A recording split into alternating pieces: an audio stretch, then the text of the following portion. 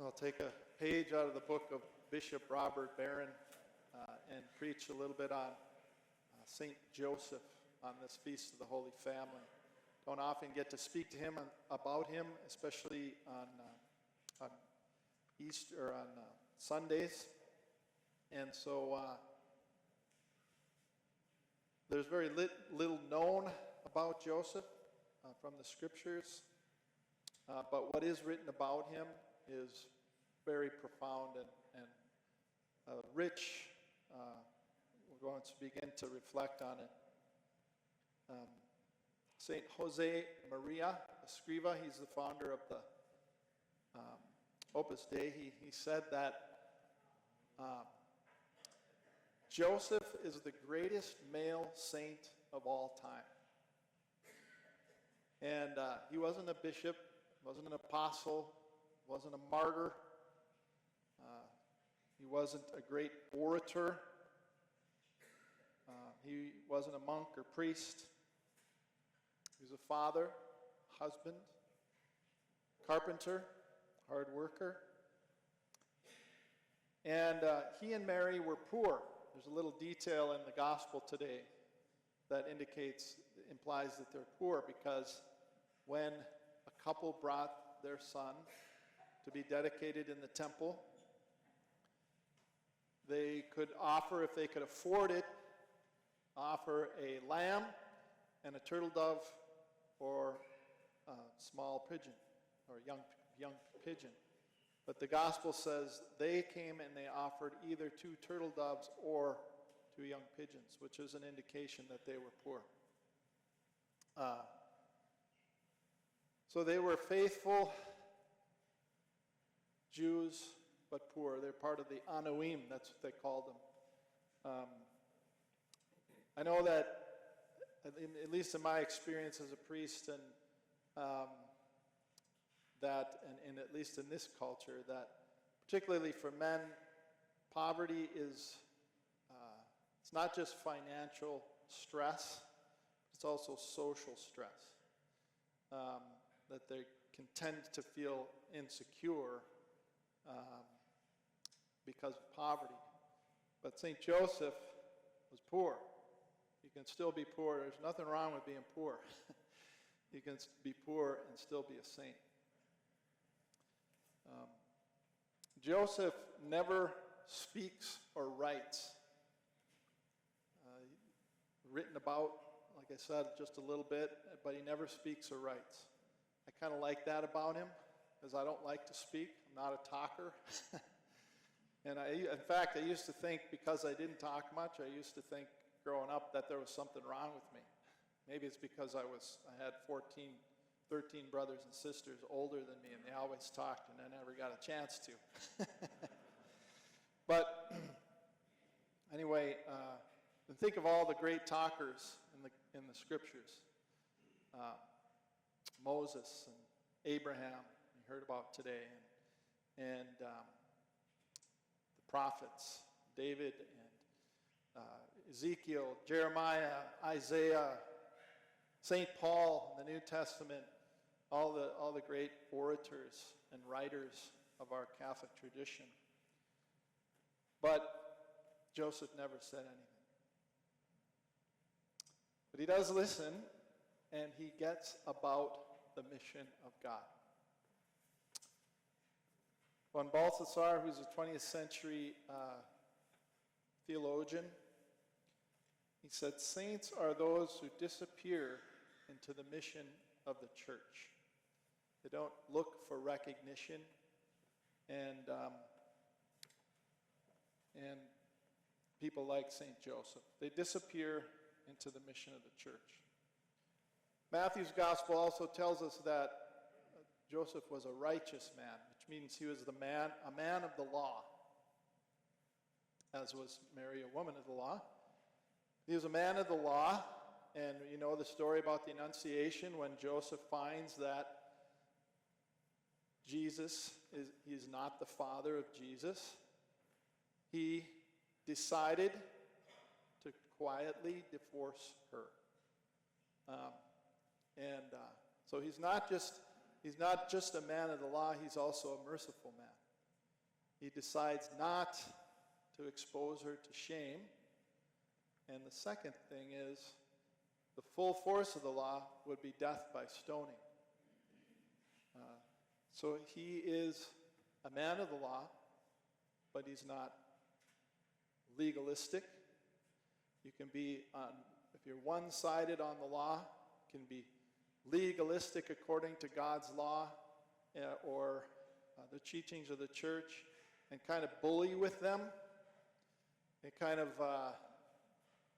use the law of God and the teachings of the church as a weapon.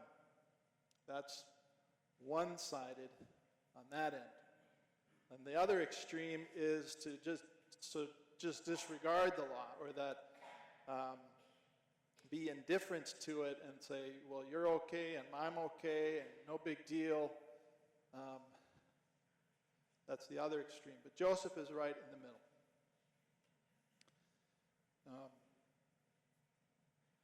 He listens and he does. So, from the scriptures, he has 4 different dreams. Joseph is a dreamer. After his namesake in the Old Testament, you know, probably heard about the play Joseph in his Technicolor Dreamcoat. So his brothers called him a dreamer, and Joseph has these dreams. Well, I think one of the significances of dreams and those who have those dreams, not all of them do, in the scriptures, is that they have a disposition to for a deeper perception of ordinary events of daily life. Yes, there's the dream, but there's a deeper perception of that disposition for a deeper perception of ordinary events of everyday life. And also they're open to new possibilities. They're open to different possibilities than they may have ever experienced. And I think Joseph was that way, and so he was able to believe the angel Gabriel when he came to him, said, you need to go to Egypt, or take Mary into your home and help her raise Jesus. So one of Joseph's major missions was to protect Jesus and Mary, the 2 most important people in the history of the world. Pretty big job. And he begins that by accompanying Mary from Nazareth to Bethlehem, traveling from the north to the south of the Holy Land was every bit as dangerous as it is today, differently. But here's Jesus with Mary, heavily pregnant, and he accompanies her to Bethlehem for the census. And then once they get there, there's no room in the inn, so he has to find a place for her so she can give birth to Jesus. That's protected from the elements and relative comfort. And then immediately after she gives birth, he has this dream. Take Mary and Joseph to Egypt, because Herod has sent armed soldiers to Bethlehem to kill a child. So it's dangerous. And as they're on their way to Egypt, there's no indication that they had provisions. It's as dangerous as it was to travel from Bethlehem to Nazareth and through the desert.